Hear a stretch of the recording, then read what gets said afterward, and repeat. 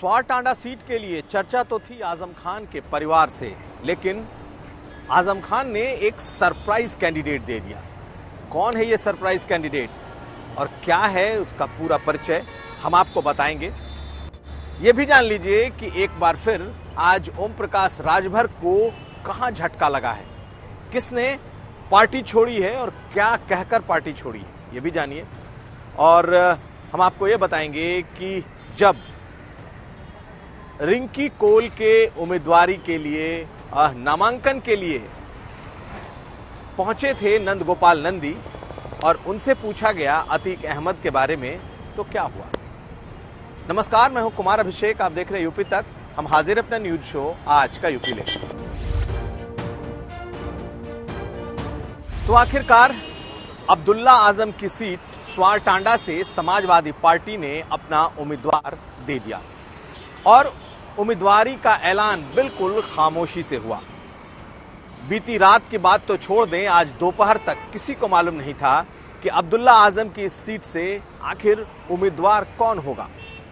और बहुत ही चुपचाप, बेहद खामोशी से एक महिला अपने 2 वकील के साथ आई और उसने समाजवादी पार्टी के सिंबल पर अपना नामांकन कर दिया।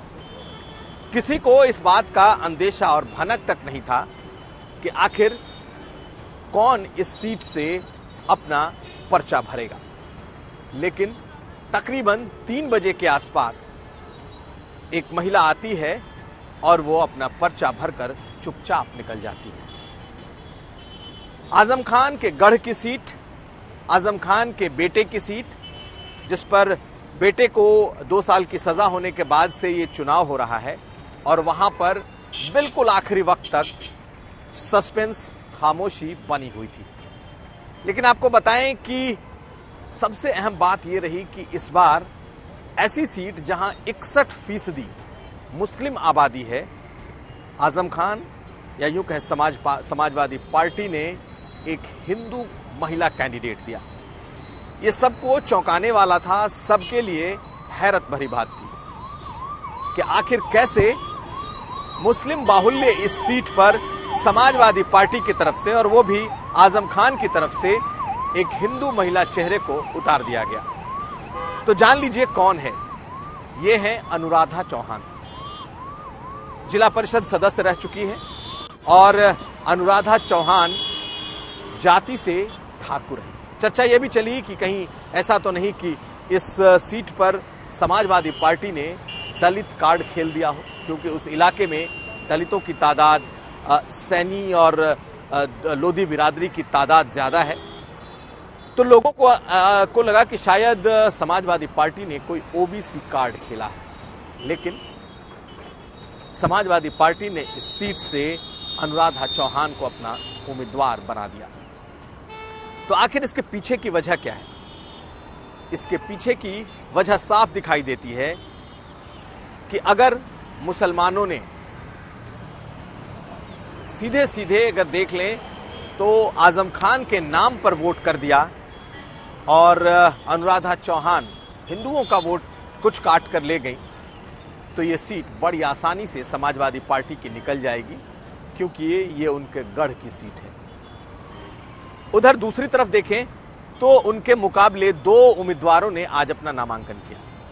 अपना दल एस की तरफ से आज शफीक अहमद अंसारी ने किया। शफीक अहमद अंसारी बिरादरी के हैं और आज उनके नामांकन में बाकायदा आशीष पटेल जो कि उपाध्यक्ष हैं वो भी पहुंचे। दूसरी तरफ बसपा में रहे एक शख्स ने पीस पार्टी से अपनी उम्मीदवारी कर दी। कुल मिलाकर अब ये चुनाव त्रिकोणीय होता जा रहा है और कहा यह जा रहा है कि मुस्लिम वोट सीधे सीधे बंटने की कगार पर है, क्योंकि बीएसपी ने जिस उम्मीदवार को उतारा है उसकी पहचान और उसकी पकड़ भी मुस्लिम बिरादरी में अच्छी खासी मानी जाती है। तो स्वारटांडा सीट से इस बार समाजवादी पार्टी ने अनुराधा चौहान को उतारा है, जो कि हिंदू मुस्लिम चेहरा है। अनुराधा चौहान ने जब अपना नॉमिनेशन दाखिल किया उसके बाद उन्होंने क्या कहा, पहले ये सुनिए। मैंने जनता के लिए कदम निकाला है और पूरी जनता मेरे साथ होगी आप देखिएगा। और मैं अपनी जनता के लिए आई हूँ और जनता ही जनार्दन होती है, वही वोट करेगी और वही जीतेगी। अच्छा, प्रशासन का दबाव रहता है और काफ़ी कुछ परेशानियां देखने को आती हैं, तो उसके लिए क्या तैयारी है? देखिएगा, अगर मैं कानून व्यवस्था तोड़ूंगी तो मेरे ऊपर ज़रूर परेशानी आएगी, लेकिन जब मैं कानून के ही दायरे में रहकर काम करूंगी तो मुझे नहीं लगता कि कोई मुझे विपदा या परेशानी आएगी। निष्पक्षता पर कितना यकीन है आपका? मैं तो ईश्वर पे भरोसा रखती हूँ और जब वो निष्पक्ष करेंगे तो फिर कोई कुछ नहीं करेगा।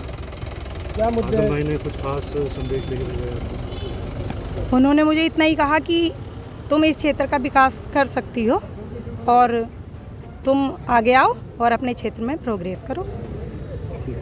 क्या मुद्दे रहेंगे चुनाव में? विकास।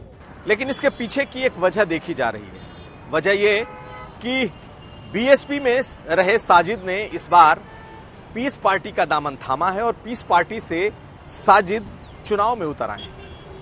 तुर्क बिरादरी से माने जाते हैं और तकरीबन 35 से 38 हजार की इनकी आबादी है। वहां तुर्क बिरादरी अपनी बिरादरी को वोट करने के लिए जानी जाती है और साथ साथ अतीक अहमद का फैक्टर भी कहीं ना कहीं मुस्लिम बहुल इलाकों में चुनावी तौर पर प्रभावित कर सकता है। ऐसे में चर्चा इस बात की है कि कहीं ऐसा न हो कि ये मामला त्रिकोणीय हो जाए।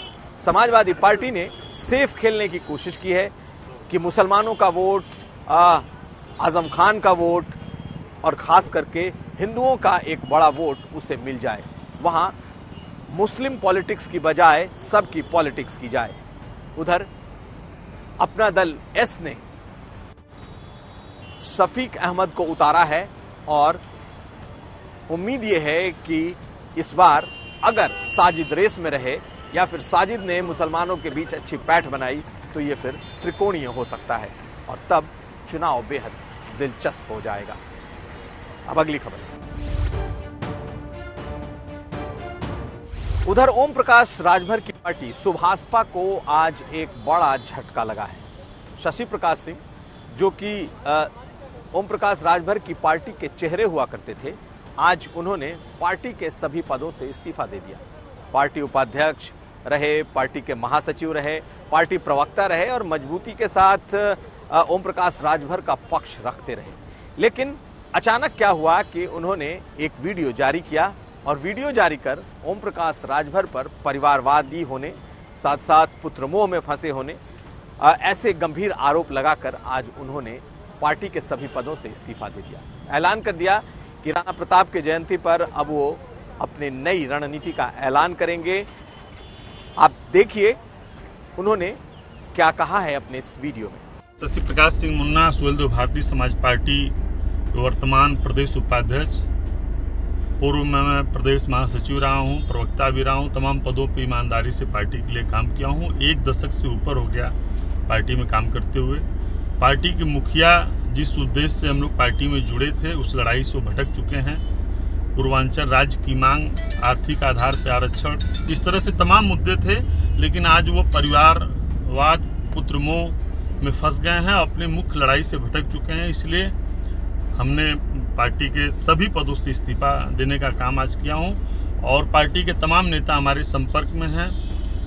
अगले महीने 9 तारीख को महाराणा प्रताप जी के जयंती के शुभ अवसर पे हम सभी लोग बैठक करके एक बड़ा निर्णय लेंगे कि आगे हम लोगों को क्या करना है। हालांकि ओम प्रकाश राजभर की पार्टी से जब संपर्क किया गया तो उनका कहना था कि शशि प्रकाश सिंह पहले ही पार्टी से निष्कासित किए जा चुके हैं और पंचायत चुनाव के वक्त से ही वो पार्टी से बाहर है। ओम प्रकाश राजभर की पार्टी इस मुद्दे को ज्यादा तवज्जो नहीं देना चाहती, लेकिन अगर देखा जाए तो पिछले 6-8 महीनों में यह पार्टी के भीतर तीसरी बड़ी टूट या तीसरे नेता की विदाई है। अब अगली खबर। अपना दल एस के खाते में स्वार टांडा तो थी ही और अपना दल एस के विधायक राहुल कोल की मौत के बाद मिर्जापुर की 96 सीट पर भी चुनाव हो रहा है और आज वहां भी नामांकन हुआ। खास बात यह रही कि अपना दल एस की तरफ से आज 2 लोगों ने अपना नामांकन किया, एक रिंकी कोल और दूसरा पन्ना कोल। ये दोनों रिंकी कोल राहुल कोल की पत्नी हैं, जबकि पन्ना कोल राहुल कोल की मां है। कहा यह गया कि रिंकी कोल की जगह के साथ साथ उनकी मां पन्ना कोल का इसलिए नामांकन कराया गया कि कहीं ऐसा न हो कि रिंकी कोल के बारे में कुछ अफवाह तेजी से फैल जाए। रिंकी के नाम के आगे रिंकी एस लगा है और चर्चा ये चल रही है कि कहीं ऐसा तो नहीं कि रिंकी ठाकुर बिरादरी की हो। इसलिए पार्टी ने 2 लोगों को फिलहाल नामांकन करा दिया है ताकि सेफ रखा जा सके।